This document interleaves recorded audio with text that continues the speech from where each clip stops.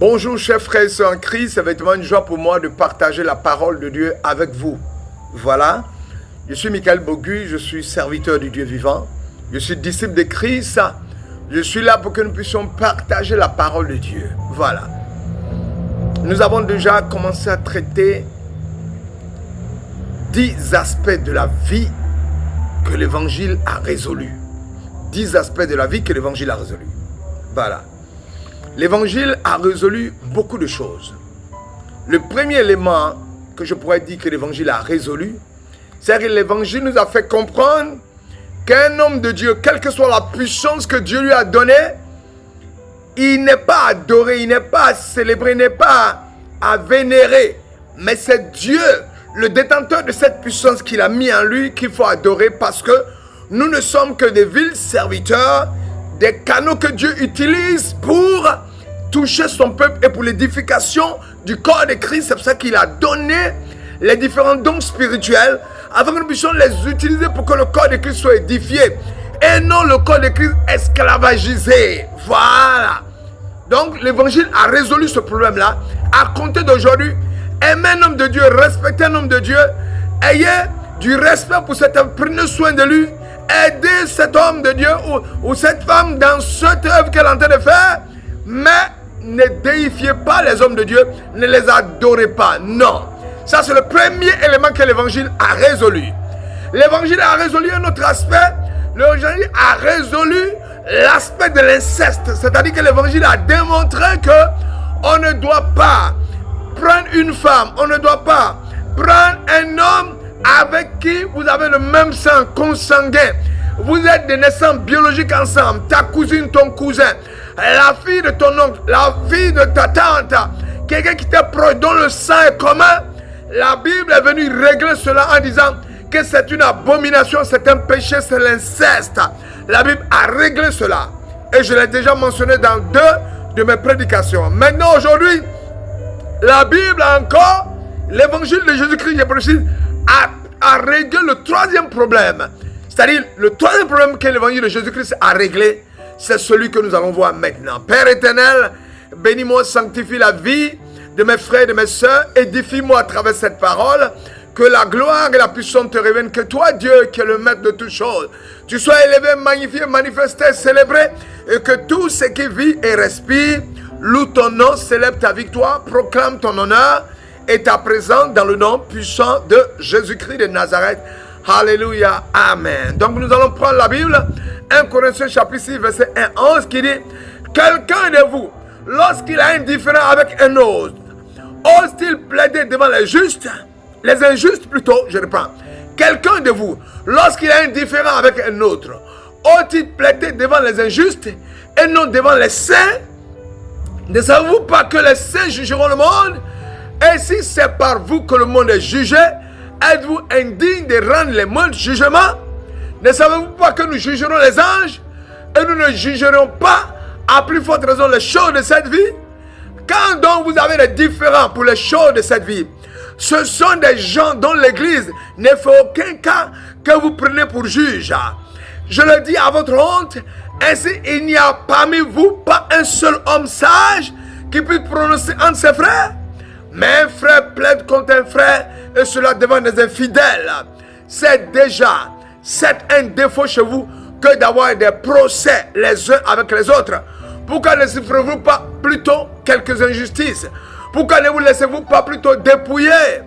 Mais c'est vous qui commettez l'injustice, qui dépouillez, et c'est envers des frères que vous agissez de la sorte. Ne savez-vous pas que les injustes n'hériteront point le royaume de Dieu?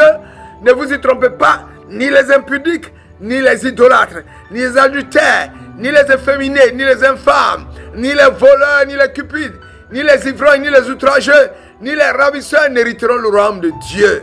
Et c'est là ce que vous étiez quelques-uns de vous. Mais vous avez été lavés, mais vous avez été sanctifiés, mais vous avez été justifiés au nom du Seigneur Jésus et par l'Esprit de notre Dieu. C'est un chrétien de Corinthe engagé de poursuivre les uns contre les autres. Et c'est ce que l'évangile de Christ a réglé. Je vous dis que frères et sœurs, nous manquons d'amour si nous nous engageons à des poursuites judiciaires contre un frère, contre une sœur.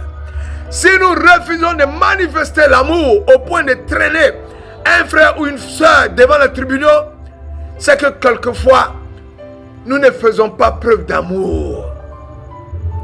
Ce sont des choses que quelquefois, les païens même ne le font pas. Ce sont des choses que quelquefois, les païens même, on ne trouve pas chez les païens. C'est ce qu'on trouve chez nous. Nous manquons d'amour. Et de tels comportements montrent que nous ne sommes pas remplis du Saint-Esprit. Le Saint-Esprit est celui qui nous habite, qui dirige notre vie, puisque nous sommes devenus des êtres extraordinaires. C'est le Saint-Esprit qui pilote notre vie. Un bon frère ou une bonne soeur en Christ ne doit pas tromper son frère ou sa soeur, aussi bien biologiquement que frère ou soeur dans le Seigneur. Ne vous escroquez pas les uns les autres, car les injustes n'hériteront pas le royaume de Dieu. Le péché impénitent caractérisait autrefois votre vie, mais Dieu vous a lavé, Dieu vous a sanctifié, Dieu vous a justifié au nom du Seigneur Jésus-Christ, et par l'Esprit de Dieu, vous êtes devenus de nouvelles personnes. La Bible déclare dans 2 Corinthiens chapitre 5 verset 17, si quelqu'un est en Christ, il est une nouvelle créature. Les choses anciennes sont passées, voici toutes choses sont devenues nouvelles. Et tout cela vient de Dieu qui nous a réconciliés avec lui par Christ et qui nous a donné le ministère de la réconciliation. Vous voyez, nous sommes des frères, nous devons chercher à nous réconcilier avec les autres. Lorsqu'un frère, une soeur a posé un acte qui n'est pas la gloire de Dieu, nous devons aller vers ce frère et dans la douceur le ramener sur le droit chemin. Si nous avons un différend avec un frère, nous pouvons toucher les anciens, les diacres, les pasteurs pour trouver un consensus au problème et le résoudre. Et non aller devant des tribunaux, aller trouver des païens pour nous juger et donner tort à un autre, raison à un autre. Voilà ce que l'évangile a résolu. L'évangile a résolu le problème de prendre un frère et une soeur, l'amener en justice ou le mettre en prison pour un acte qu'il a posé. Il est bon de trouver un consensus aussi longtemps que c'est possible entre les uns et les autres, afin qu'on vive en bonne intelligence en tant qu'enfant de Dieu dans la maison du Seigneur. Ça, voici ce que l'évangile a résolu. Donc, qu'est-ce qu'on peut dire en conclusion? Si un frère va en justice dans la volonté manifeste de dépouiller son frère ou sa soeur en Christ, je précise, il y a dans le cœur de ce frère, il y a le cœur de cette personne de la rancœur, de la colère. Et son objectif, c'est qu'il vise à faire du tort et à dépouiller son prochain. Ce qui n'est pas bon, ce qui n'est pas chrétien. À partir de cet instant, il y a une rupture de communion fraternelle. La communion fraternelle n'existe plus. Parce que vous avez été incapable de régler le problème en pleine église avec des pasteurs, des diacres, les anciens. À partir de cet instant, il y a la rupture de la communion fraternelle. Il y a de l'égoïsme dans l'air. Il y a du mépris pour les anciens qui doivent veiller à la santé spirituelle de chacun et de l'unité de l'église. Il y a du mépris pour les pasteurs. Il y a du mépris pour les hommes de Dieu qui sont des autorités que Dieu a mis sous nous, notre vie, et qui doivent nous aider à sortir de tels différends. Si vous avez un différend avec un frère ou une soeur, il est bon de s'approcher d'un homme de Dieu, d'un enfant de Dieu, d'un pasteur, d'un frère en Christ, d'un diacre, d'un ancien, afin de trouver un terrain d'entente dans la douceur, je précise. Si vous n'y êtes pas arrivé, priez rencontrer les pasteurs et les anciens de l'église afin de résoudre le problème en tant qu'enfant de Dieu. D'abord, vous approchez le frère pour résoudre le problème. Vous n'avez pas pu. Vous approchez par exemple les diacres. Vous n'avez pas pu. Vous approchez les diaconés. Vous n'avez pas pu. Vous approchez des anciens de l'église. Vous n'avez pas pu. Vous approchez les pasteurs. Et vous trouvez un terrain d'entente pour vivre en bonne intelligence. Et évitez surtout d'aller prendre des païens, des gens du monde pour venir régler vos différends.